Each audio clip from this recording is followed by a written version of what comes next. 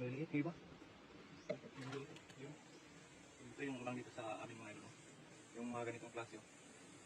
Pero okay na itong mga good size. Pero itong mga maliliit, baka wala natin itong mga ganito. Kasi sayang din, lalaki pa din itong mga ilo. Ito may meron dito. Meron. Ay, may isda. Meron. Laki. May isda pa rin. Dami-dami. Ano dito?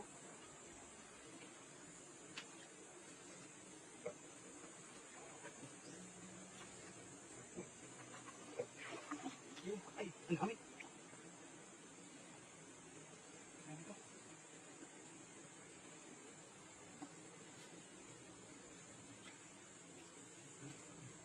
Ano to?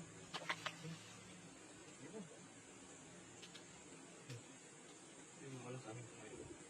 Pero, makaway-kaway. Ako. Yung, ano sabi dito? Yung sarap to mga idol, yung ganitong klaseng isda. Pero, burol. Malaki dito. Kumakaway-kaway. Kumakaway-kaway pa. Ito mga idol, good size ito dito sa amin. Sarap to. May dalag to mga idol. Dalag. Hindi kasing laki dun sa Taiwan. Gawin ito mga idol. Buntis ito mga idol. Pawalan ito mga idol kasi buntis. Yung ganito buntis kasi marami ano. Pawalan natin yung mga idol. Ito. Ito mga idol. Ayun, marami. Dalawang kawayan lang. Ito mga maliliit. Balikin natin mga idol.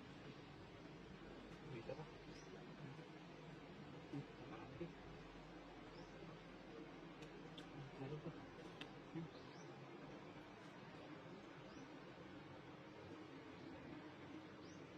Daming maliliit eh.